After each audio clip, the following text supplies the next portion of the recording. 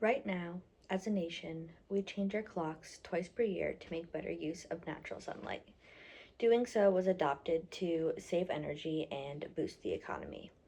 Studies have shown that there are significant health issues that can result from setting our clocks forward and backward. Whether we get rid of daylight savings time or not has been up for debate for quite some time. The main issue at hand is if we make standard time permanent or opt for permanent daylight savings time.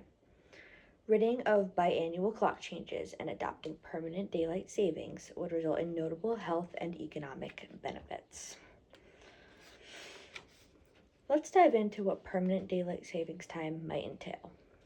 Since the 1960s, the U.S. has been changing its clocks twice yearly.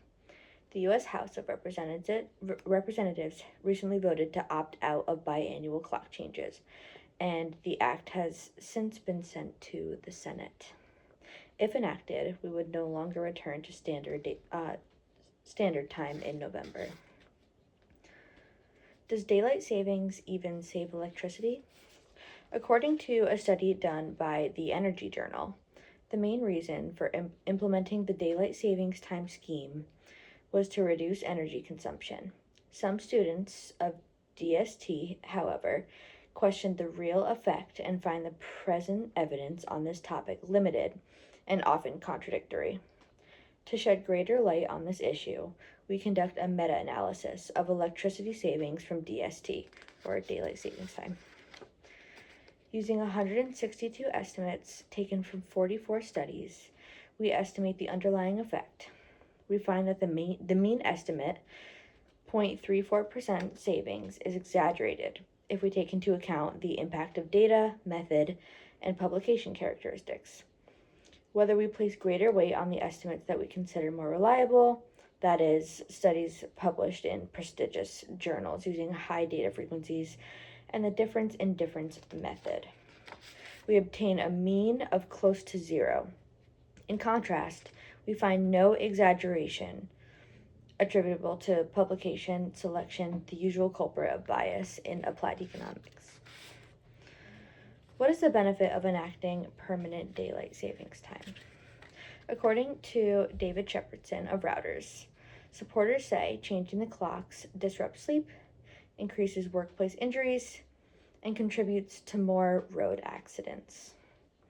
They also argue that keeping clocks an hour ahead year-round would provide more evening daylight and boost economic activity during the winter months. Mark Pygus of Green Matters states that in recent years, many countries have decided to end seasonal clock changes. They often find the benefits to be minimal in the modern age.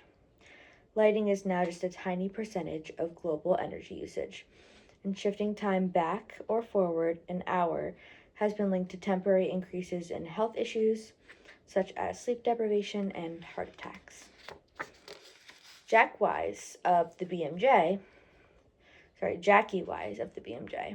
shares that researchers found 185,419 hospital contacts for unipolar depression during the study period.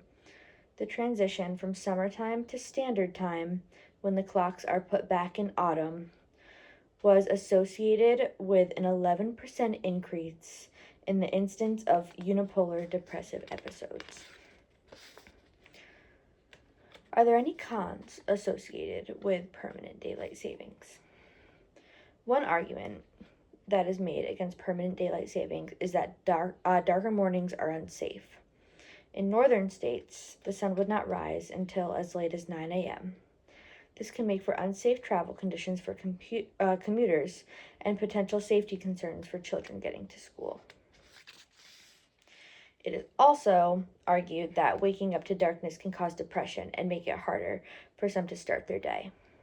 Heart disease and stroke become a more significant risk factor due to the unbalanced circadian rhythm. Studies done by the CDC, according to Nina Bai of Stanford Medical, show that permanent standard time would lower the nationwide prevalence of obesity by 0.78 percentage points and the prevalence of stroke by 0.9 percentage points. Conditions influenced by circadian health.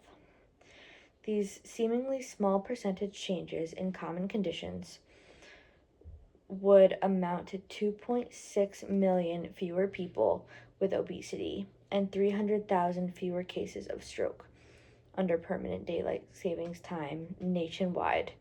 The prevalence of obesity would decrease by 0.51% or 1.7 million people, and stroke by 10.4 percentage points or 220,000 cases. So, how do we know if it works if we don't try it? Well, we have. In 1974, Nixon opted for permanent daylight savings to reduce the nation's energy consumption. This experiment only lasted for 8 months, and Congress ultimately reverted to standard time. According to Olivia Waxman of Time, 8 children in Florida were involved in pre-dawn car accidents in the wake of the time change, leading a TV commentator to coin the phrase daylight disaster time. Although tragic, this doesn't seem like good enough reason to avoid permanent daylight savings time. School children go to school in the dark all winter long as it is. Though there is a lot of controversy regarding this topic, I feel as someone with a 9-to-5 that permanent daylight savings would be more beneficial to my lifestyle and my mental health. Leaving work in the dark can feel very depressing, and I see much more value in having an extra hour of darkness in the morning versus at night.